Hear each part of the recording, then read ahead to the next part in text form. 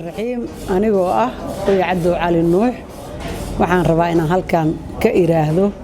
qayb aniga ahaan Ruqayya aan isdhahay waa mudanta inaan ka hadasho shirkii axadii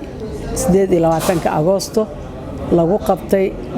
magaalada Muqdisho oo ay soo abaabuleen faamilka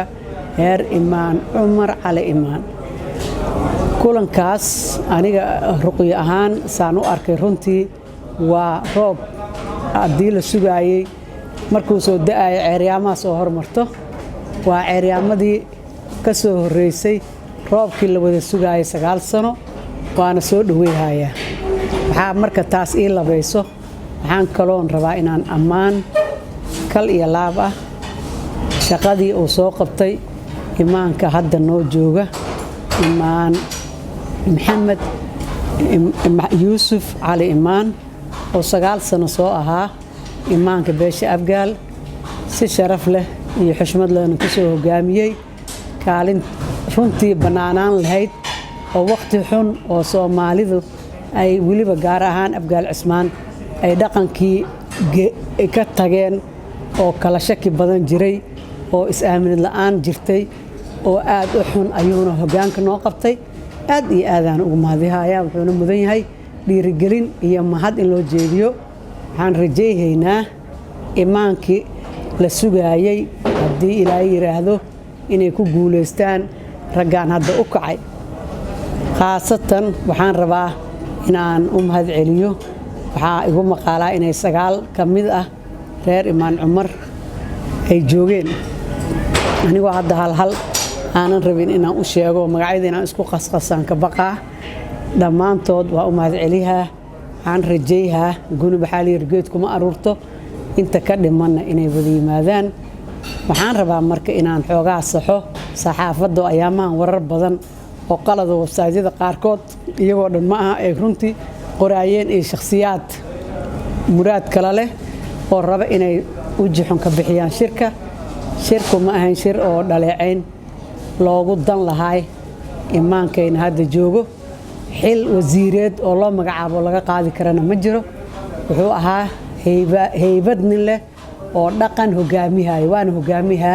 ilaa midka sharciga ah ee dhaxalka ahaa laga keeno kaasna roobkiisi waa noo soo ifuuhaya waana soo dhaweeynaa xaraftiisi iyo saxansaxadina waan aragnay runtii axadi marka meeshaas waxaan hambaleeyn iigama furno waxaan sharafid ahayn iigama furno iyo sharaf aan u hayno ninka hadda noo haayo waxa igu maqaalaa inay guddi u saareen hal wax waa jeclaan lahaa inaan ra'yigayga ku biirsado oo ah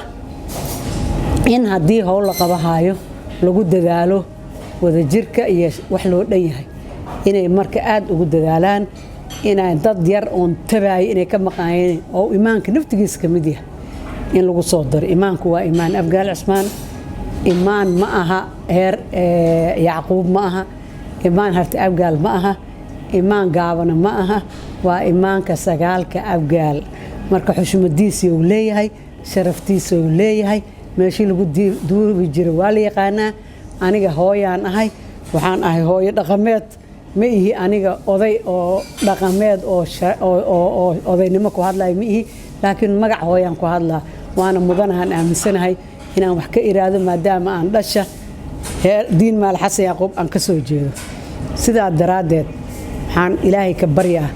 heer Imaan waa hadleena inay Abgaal Cismaanna hadlaan sharaftayna noo soo noqoto xushmadayna noo soo noqoto kala dambeeyntayna noo soo noqoto taasna waxay ku imaahaysaa imaan dhaxaleed oo sidii Imaan Cumar iyo Imaan Maxamuud oo ka dambeeyay loo xushmeey jiray iyo sharaftay wadanka hogaami jireen anigoo aan ka tagaynin imaanka hadda joogo oo isagana ku meel gaar ahay sidaa daraadeed waxa aan qabno ma aha inaan Maxamed dhahayno adiga waa lagu magacaabay waxay ahayd isaga wuxuu ahaa gaarsiiye